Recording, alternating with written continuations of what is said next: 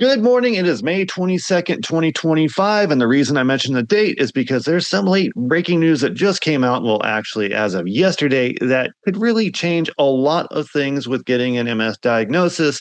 And you need to know about this. And at the end of this video, I'm going to tell you what you and I can do as a team to push this innovation even further.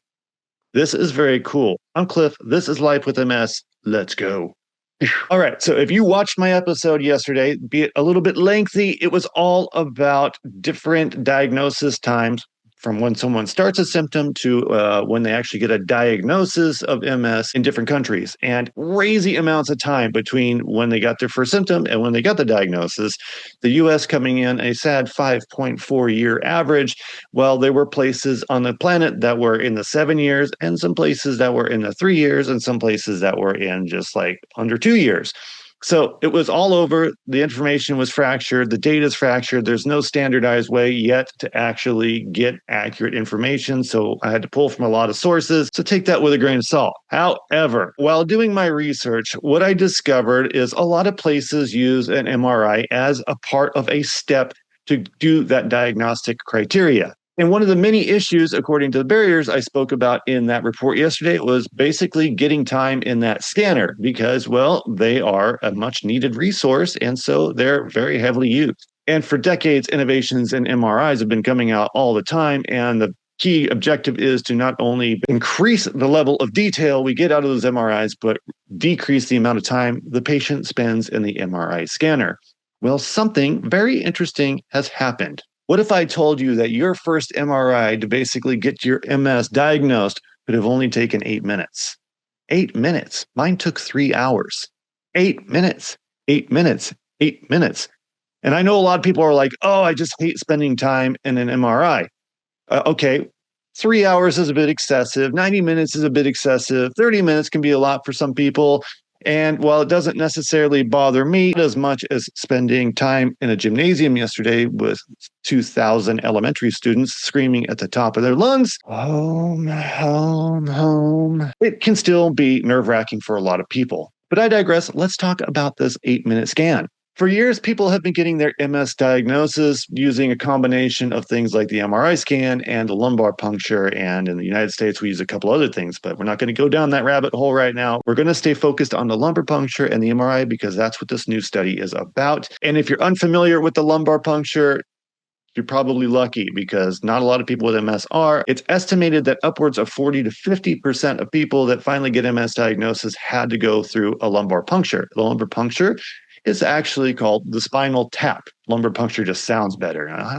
I don't know. I don't know if puncture sounds better, but according to the medical community, they call it an LP. I call it a shit show because it is not fun. It is definitely painful and invasive. And that's basically where they take a needle and they stick it through your spinal cord and they listen to you squeal like a pig. And if you don't, they just turn it just a little bit more. No, that's not actually the procedure. It's a very delicate procedure. And from what I've heard from people, that most of the time it doesn't even hurt. I didn't have to do the lumbar puncture because my MS was so progressed by the time I got my MRI, it was glaringly obvious what was going on. However, there are people out there I know that have had mixed experiences with the LP or spinal tap. I'm a child of the 80s, so I like to use spinal tap. Yeah, they were a thing. They were awesome. But because it's invasive, it actually comes with some complications. And for some people, that can mean a day or two in a hospital, and that can be very expensive. This 8-minute scan basically eliminates that risk altogether. Not only that, it's only 8 minutes, which is awesome. Tell us, Cliff, how does it do this magic? What is the alchemy that makes this work? All right, MS nerds, let's go. So if you really want to impress your neurologist the next time you see him, you can say, hey, have you heard about that 8-minute scan? Yeah, the one that utilizes the rule of 6. Yeah. And if he says no, or she says, no, I have no idea what you're talking about. You're like, oh, man, time to pop an education bomb on you, boss. And you can drop this note.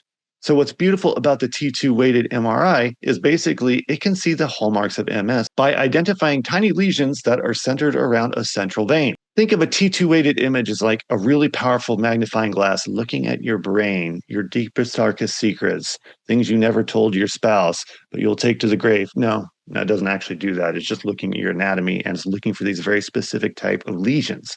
It can do that. This is awesome. So what is this rule of six thing? Well, what the researchers discovered in this study is if they could identify at least six, these hallmark lesions I was talking about, they could accurately diagnose multiple sclerosis in that 8 minutes.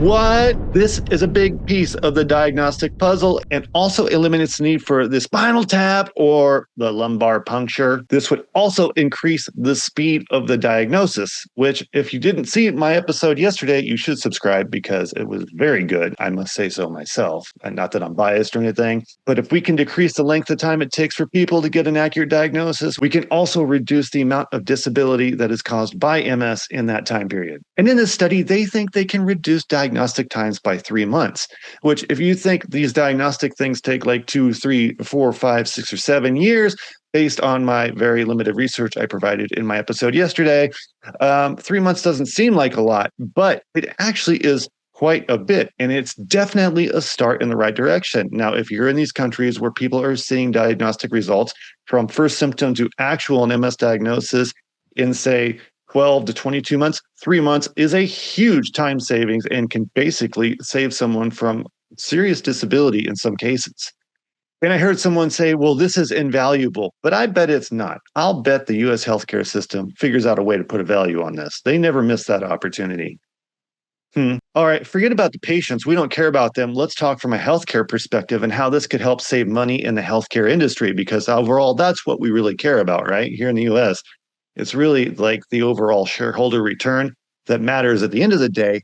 And by reducing the amount of complications we have in clinic, we could add quite a bit of value to shareholder return, which means that CEO is that much closer to getting his bonus. And at the end of the day, that's what we care about, right? So this is a win in that direction too. At the same time, it's a complicated procedure, which we could charge more money for, because now that we're reducing the MRI time, it shows that it's more valuable overall, even though it's only more valuable basically to the healthcare system that can now put more people in that MRI machine and make more money in the same 8-hour period that thing's operating. I'm just thinking outside the box here, people. But stay tuned, because I still haven't shared with you my innovation that's going to change even this 8-minute scan. And if you're wondering whether that lumbar puncture is still necessary or not, and who said it's not, well, the International Committee for the Diagnosis of MS said, yep, this is good enough. We only need this scan to basically say that dude or that woman has got MS, and we need to do something about this ASAP. So these are smart people that are doing great things in this space. And if they say that it works, then I think we need to trust their guidance. In the end, really, we all win. As patients, this is a faster, safer, more accurate way to get an MS diagnosis. And for the healthcare industry, even though I'm very pessimistic about it, and I know it's a money grab most of the time here in the United States, man, I'm bitter. I'm really bitter about that. The things I've seen and the things I've been through, I mean, I think most people with MS could agree on this one. If this helps the patient and they can actually make it work on their end in the healthcare industry and management side of things, then I think we're all going to really benefit from it. And this is what the innovation is all about. And it's also why I am very excited about it, because it's decreasing complications, increasing comfort, and hopefully decreasing costs in time to management of multiple sclerosis. I promise you, I will keep a close eye on this and see how it develops. It's not available yet worldwide. It's only in specific areas. Ask your doctor about it. I will link a description to the article below. You could send it to them an email and say, hey, is this something we can look at next time? But chances are, if you're watching this channel, you've already been diagnosed. So send this video to the friend that hasn't been diagnosed yet, that is chasing a diagnosis, because I think that's going to suit them best. And now the big reveal, the thing I promised you that's going to change the world, that's going to completely make this 8-minute diagnostic thing completely irrelevant, and it's driven by the MS community. So they're working on an 8-minute solution that they're going to spread, and it's showing great accuracy. But I say this, why don't we knock it down to 7 minutes? Huh? We don't need to be any FIDs or MDs for that, or is that PhD or MD? I don't know. Thank you so much for watching. I really appreciate you all. Thank you for commenting on yesterday's video, to my New Zealand friends and my friends in Canada that shared their stories and their experiences about getting diagnosed with MS and how long it took. That was absolutely mind-blowing. I am so sorry it took that long. we can do better, and things like this are going to help. But we need to push to move these things through. People need to be made aware of this stuff. So the advocacy really is on us to get these things going. If you enjoyed this episode, click that like, share, and subscribe if you don't mind. I'm having a great time growing this community. I hope you find this information valuable. I'm going to stay on it, and stay tuned. I'm Cliff. This is Life with MS. And until next time, I'm out.